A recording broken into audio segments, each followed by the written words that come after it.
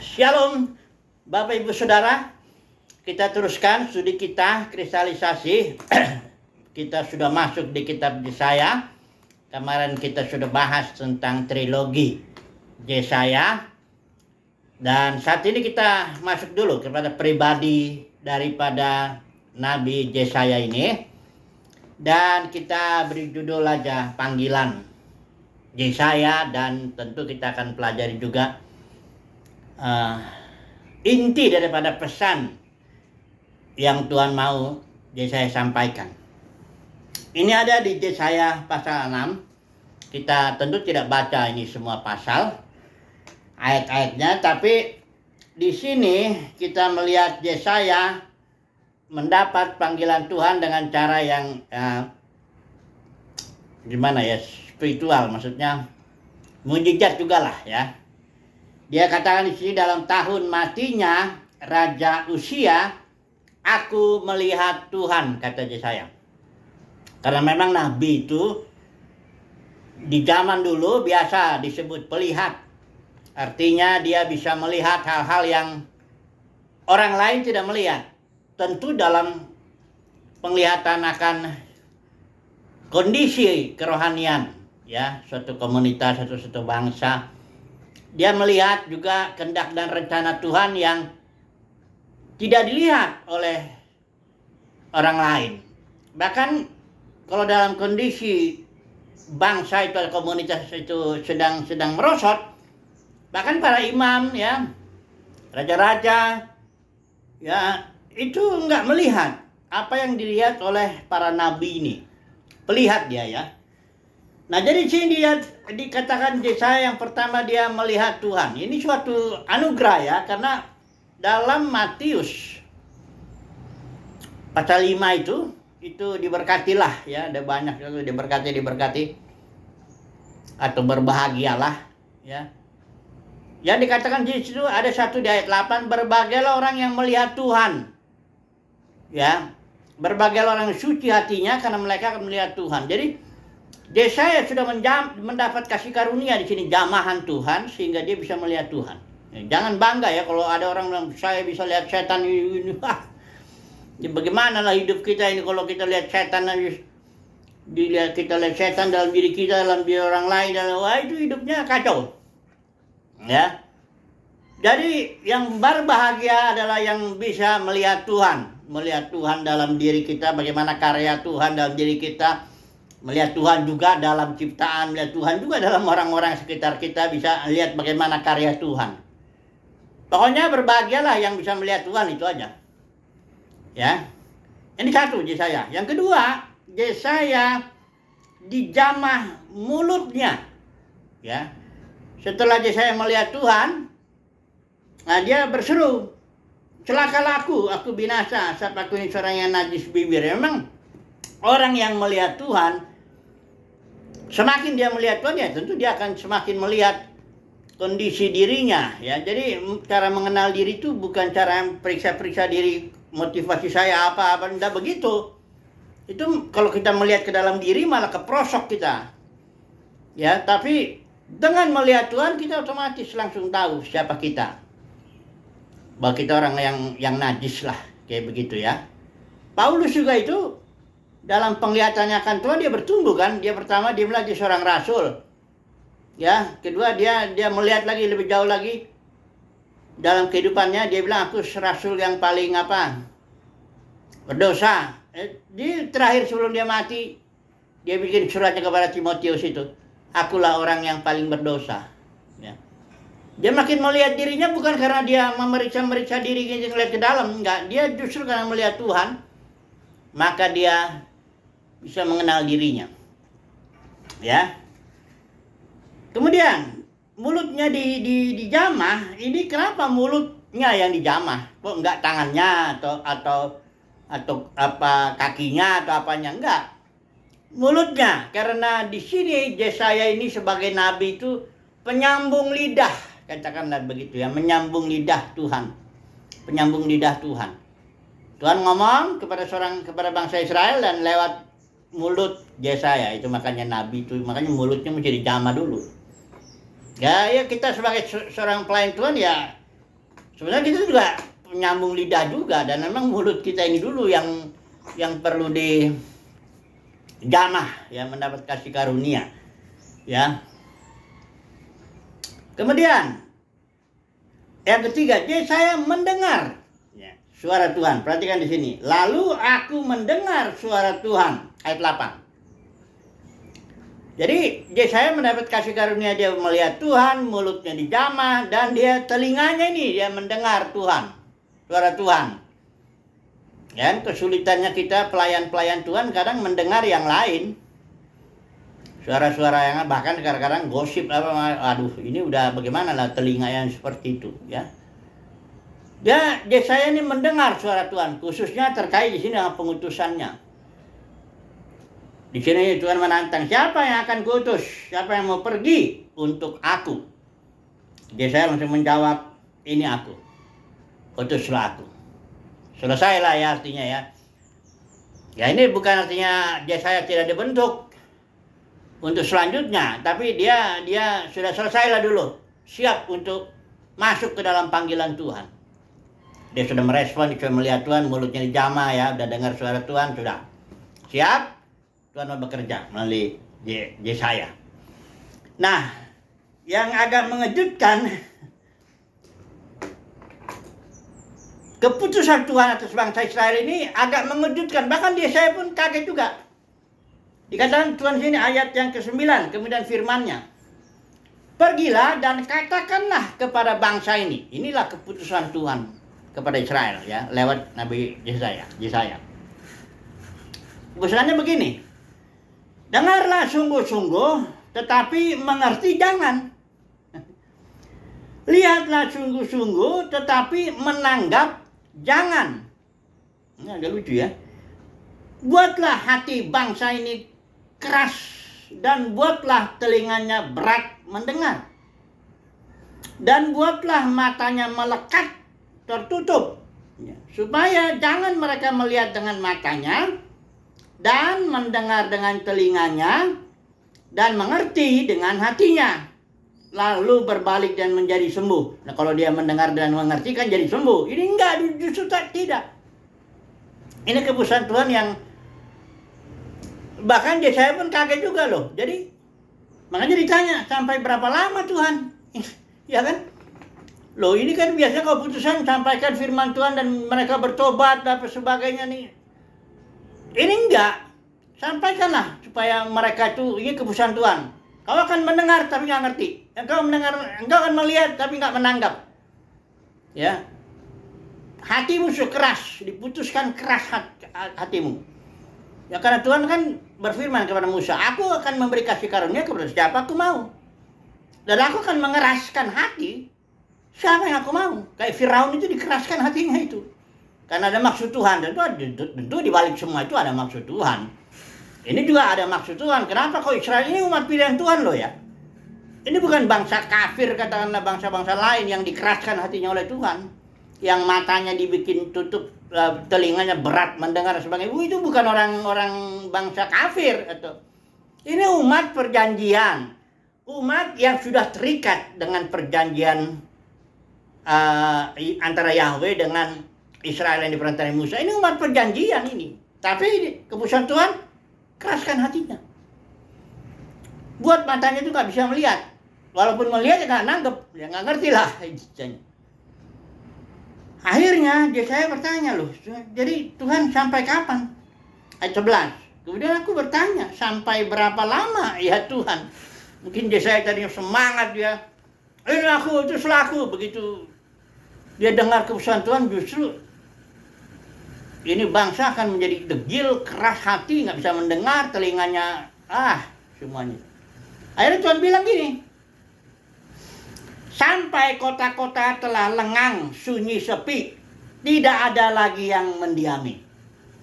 Dan di rumah-rumah tidak ada lagi manusia, tanah menjadi sunyi sepi. Artinya sampai dibuang lagi orang Israel, nggak ada lagi di situ, di negeri itu. Ya. Tuhan akan menyingkirkan manusia jauh-jauh. Nah, ini nih. Buang ke ke Babel kalau dalam sejarahnya itu. setelah kerajaan utara tahun 722 Masehi itu dibuang ke Asur, Yesaya masih ada di situ. Dia terus melayani kepada kerajaan Yehuda. Akhirnya Yehuda pun dibuang tahun 586 sebelum Masehi. Nah, ini sebelum dibuang, inilah keputusan firman Tuhan itu untuk Yehuda, ya. Terus Tuhan akan menyingkap masih jauh-jauh, ya, sehingga hampir seluruh negeri menjadi kosong.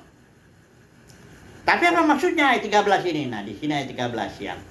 Namun keadaannya akan seperti pohon beringin dan pohon jawi-jawi yang tunggulnya tinggal berdiri pada waktu ditebang.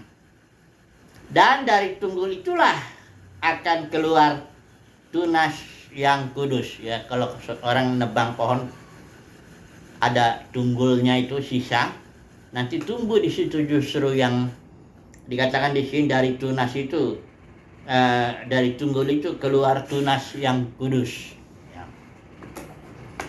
Jadi inilah cara Tuhan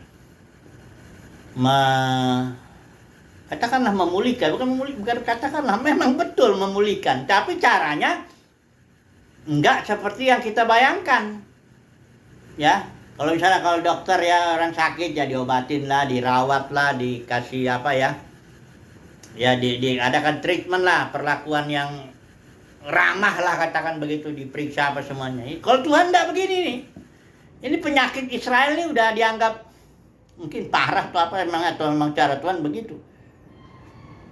Penggal habis, ya. Dibuang habis ke Babel. Karena penyembahan berhala, minta raja kalau Israel itu kan.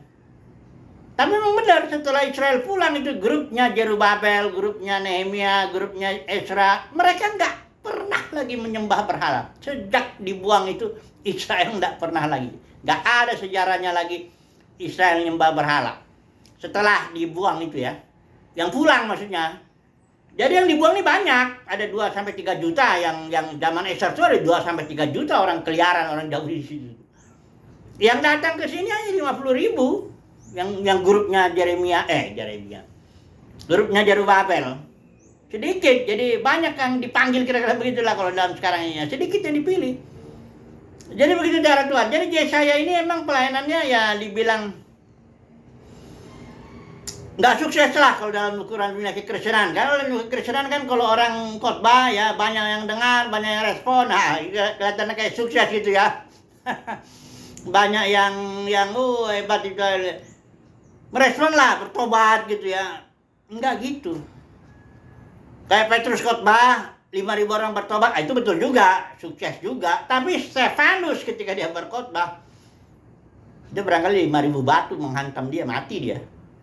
Sama suksesnya itu, kalau menurut Alkitab itu sama suksesnya. Dua-duanya, baik Petrus, baik Stefanus itu dua-duanya hamba Tuhan. Betulan itu. Bahkan Stefanus itu martir yang pertama. Makanya waktu Stefanus mati, dia lihat Tuhan Yesus berdiri. Enggak dibilang duduk sebelah kanan Bapa. Berdiri menghormati martir pertama, menyambut gitu, berdiri. Kan standing applause itu. Sambut. Jadi saya jangan pikir kalau berkhotbah, menyampaikan firman, harus orang merespon, harus bertobat, harus amin, harus enggak. Barangkali yang banyak orang-orang yang biasanya nabi-nabi palsu atau guru-guru palsu itu yang dapat banyak aminnya. Kenapa? Karena mereka ngomong sesuatu yang menyenangkan telinga. Iya dong? Yang jelas amin lah. Kalau kau ikut Tuhan, kau makmur, kaya, sehat, apa itu, amin. Amin. Pasti amin. Ya, ini nggak bilang maksudnya kalau ikut Tuhan penyakitan apa, bukan begitu, tapi artinya guru palsu, nabi palsu biasanya, bukan biasanya, bisa dibilang hampir lah, dia ngomong sesuatu yang menyenangkan telinga. Makanya Rasul Yohanes bilang, 1 Yohanes itu, mereka ini tentang guru-guru palsu, tentang dunia itu. Dunia itu, dunia keagamaan itu jatuh itu, dunia kekristenan itu jatuh. Mereka itu berasal dari dunia, guru-guru palsu, nabi palsu itu. Dan dunia mendengarkan mereka. Saudaraku, kita sebagai umat pilihan Tuhan, jangan lemah, ya. Kalau ngomong-ngomong kayaknya dicuekin gitu, enggak apa-apa.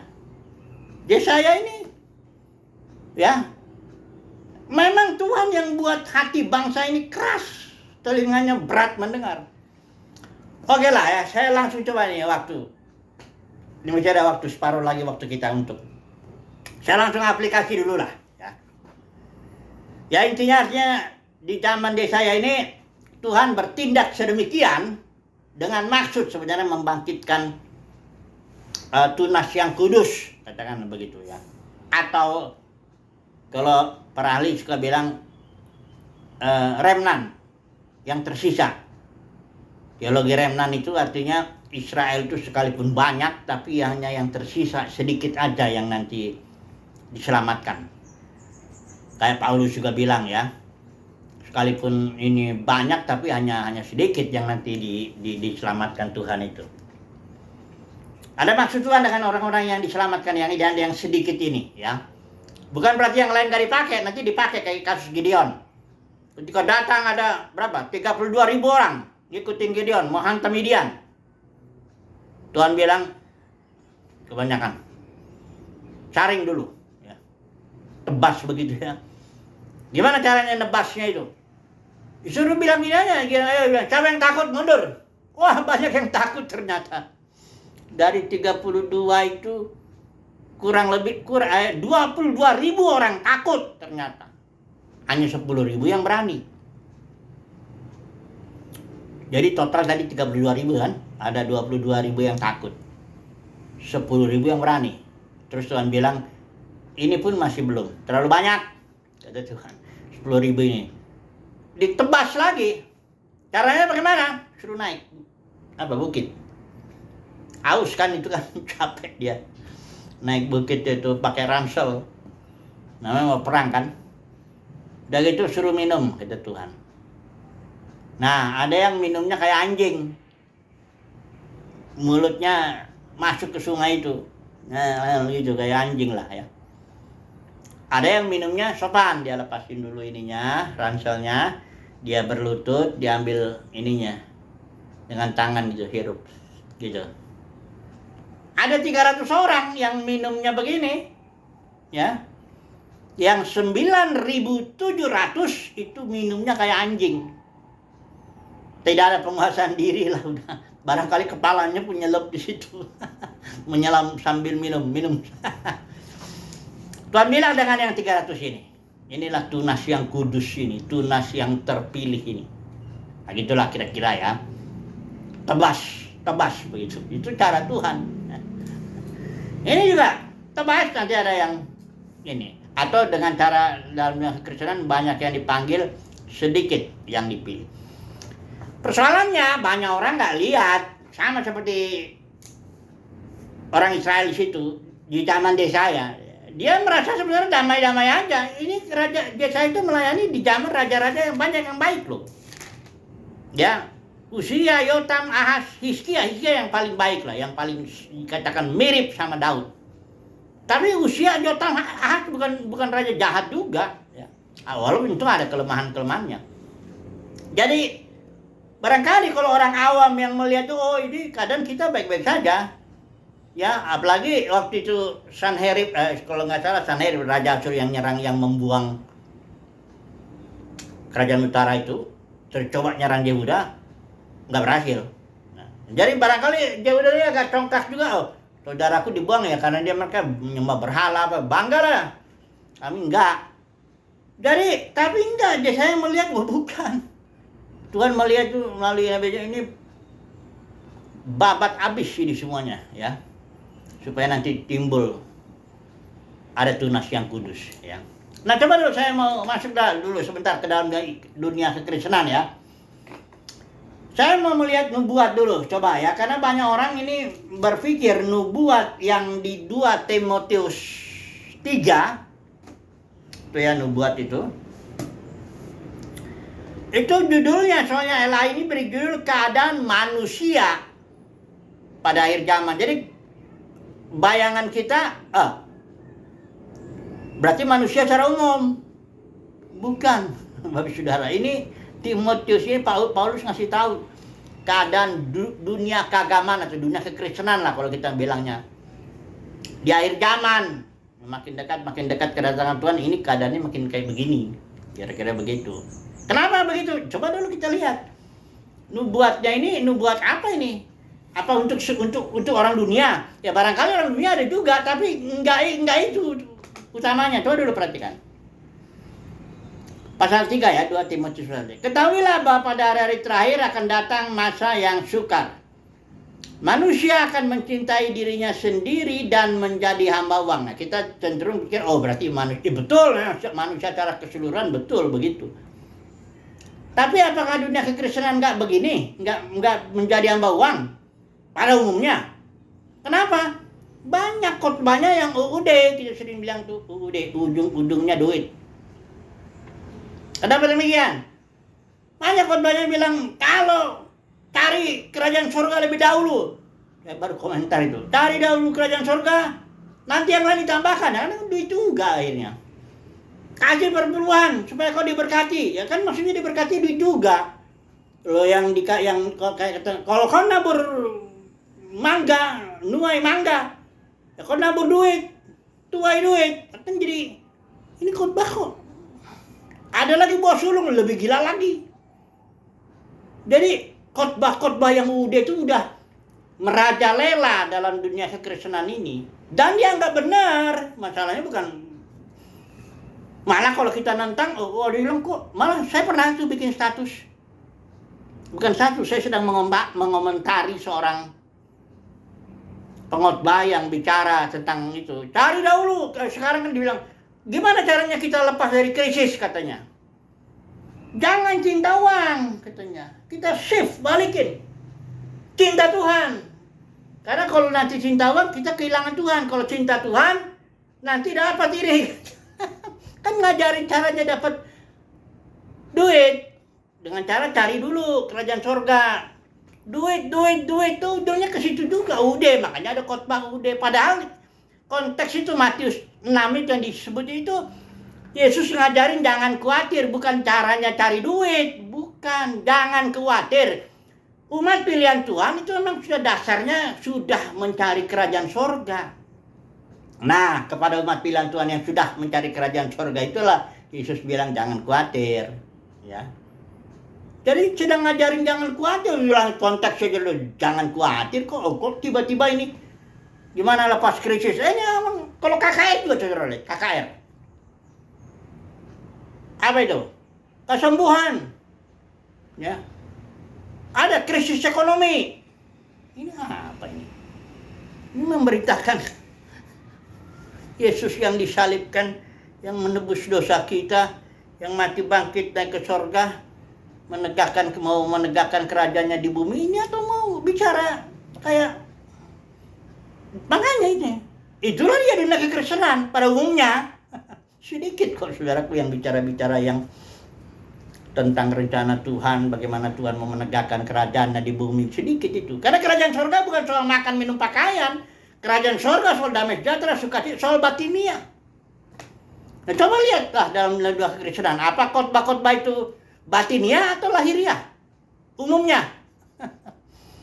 Nggak banyak Bapak Ibu Saudara yang batiniah itu. Kebanyakan ini. Nah ini, coba lihat dulu langsung. Nyombongkan diri. Ini kayak gereja Laodikia ini. Aku kaya, aku tidak kekurangan apa-apa. Nyombong diri ya. Ayat 5. Secara lahiriah mereka menjalankan ibadah mereka. Nih, kalau udah bicara ibadah kan berarti orang Kristen itu kan. Masa Paulus bilang ibadah mereka tuh bangsa-bangsa yang belum percaya Tuhan? Enggak, itu yang dimaksud. Ini ayat di pasal perikop ini bicara soal orang-orang Kristen yang udah jatuh. Dunia kekristenan di zaman mendekati akhir zaman. Ya, saya yakin di zaman ini. Secara lahirnya mereka menjalankan ibadah. Artinya apa? Datang hari Minggu. Kasih perpuluhan dengan maksud-maksudnya tadi. Ikut itu. Secara lahiriah. Tapi ibadah itu kan dalam roh dan kebenaran. Yesus bilang. Ibadah itu mendengarkan suara roh, mengikutinya. Bukan ritual ini, ritual itu, kredo ini, kredo itu, bayar ini, bayar itu, ikutin organisasi ini. Bukan itu. Tapi itu secara lahiriah. Yang kayak gitu-gitu tuh yang lahiriah. dia jalankan, tapi secara batin ya. Nah, Tuhanlah yang tahu ini orang cinta Tuhan atau cinta berkatnya. Ya. Coba perhatikan lagi di sini. Ayat 7. Walaupun selalu ingin diajar, ada juga ini. Dan ingin diajar nggak pernah bisa mengenal kebenaran. Jadi dikatakan sini Yanes dan Yambres menentang Musa. Ini siapa nih? Yanes Yambres. Emang nggak disebut dalam Taurat itu. Tapi di sini Yanes dan Yambres ini umat Tuhan yang sama seperti Bani Korah, kumpulan Korah, Datan, Abiram. Nah, itu tuh yang menentang. Itu umat Tuhan itu. Umat perjanjian itu yang menentang Musa. Jadi perikop ini judulnya diganti deh. Saya ada punya Alkitab yang saya tip judul-judulnya. Karena judul-judulnya itu kan dari Tuhan, itu penterjemah. Makanya tiap Alkitab, versi Alkitab beda-beda judulnya. Atau ya kalau ini judulnya apa ini? Saya bisa sebentar lihat.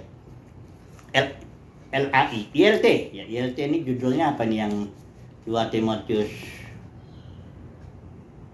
3 ya. 2 Timotius 1 Timotius ini ya. 2 Timotius itu keadaan zaman akhir. Nah, ini nggak disebut manusia ya. Pokoknya keadaan zaman akhir. Ini menurut saya lebih bagus. Jadi artinya keadaan zaman akhir bisa juga keadaan gereja yang sudah jatuh maupun keadaan secara umum. Jadi dunia kekristenan yang seperti ini bagaimana obatnya?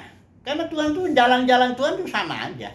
Nggak ada yang Tuhan nggak berubah ya. Aku kata Tuhan tetap sama. Ya memang ajaib dalam keputusan agung dalam kebijaksanaan, tapi caranya tetap sama. Bagaimana itu? Penggal kayak ini. Buat ini mereka bangsanya jadi keras. Telinganya berat mendengar. Dengan maksud apa? Nanti para pemenang itu muncul. Ya, itulah sebabnya banyak yang dipanggil, sedikit yang dipilih. Itu nggak usah lah kita bahas dulu. Itu ada di perumpamaan itu kerajaan surga itu Matius itu. Saya sebenarnya udah baca sini nih. Ya, ada di Matius yang pesta pernikahan perkawinan anak bukan tentang perjamuan kawin ini ya. Banyak yang dipanggil Matius 22 ayat 14, banyak yang dipanggil sedikit yang pilih. Enggak usah kita bahas dulu lah. Pendeknya dalam dunia kekristenan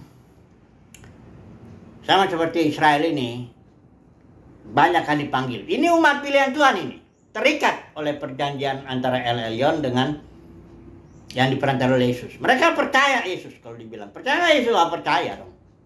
Ikut aja sudah, ikut dong kalau mereka bilang gitu kan. Tapi yang dipanggil saja. Sudah lihat itu keadaan itu, nubuat itu. Saya yakin sudah terjadi di zaman ini. Apa yang dikatakan Paulus dalam 2 Timotius 3 itu sudah terjadi. Demikianlah memang keadaan secara umum dunia kekristenan itu kayak gitu. Ya. Berarti hanya sedikit nanti yang dipilih yang pemenangnya. Karena memang Alkitab bilang nanti yang ketika kedatangan Tuhan menegakkan kerajaannya di bumi, Yesus datang bukan mengangkat orang ya. Ini dalam kekristenan memang ada ajaran rapture, ngangkat orang pergi ke sana ke surga, dievakuasi dari bumi, nggak ada itu. Fokus Tuhan tuh bumi. Dari mulai kejadian juga Tuhan udah bilang, dia menciptakan taklukanlah itu, kabas injak, istilah Ibrani itu. Taklukan kuasai bumi ini. Jadi bumi tujuannya bukan sorga. Dalam kekristenan apa? Sorga. Ya memang dia nggak ngerti kok. Bebal. Telinganya nggak bisa dengar lagi. Tuhan ketika Tuhan datang menegakkan kerajaannya di bumi, siapa yang akan bersama dengan dia memerintah ini? Ya umat pilihan Tuhan lah. Yang dibilang Roma 8 itu putra-putra Elohim akan tampil. Dan nanti putra-putra Elohim akan memerdekakan seluruh ciptaan. Nanti yang lain ikut juga. Kayak Gideon juga ceritanya. Sedikit dulu. Tuhan tuh prinsipnya gitu. Mulai dari sedikit, terus dia mau bekerja ke yang banyak. Mulai dari Abraham, keselamatan tuh. Mulai dari Yesus, sedikit-sedikit. Tuhan nggak pernah kerja mulai dari rame-rame gitu ya. Nggak ada itu. Dari yang sedikit. Tapi nanti dia menjangkau. Memenangkan yang rame itu. Saya rasa cukup ya. sebagai apalah ya, tema kedua kita, panggilan ya. Haleluya.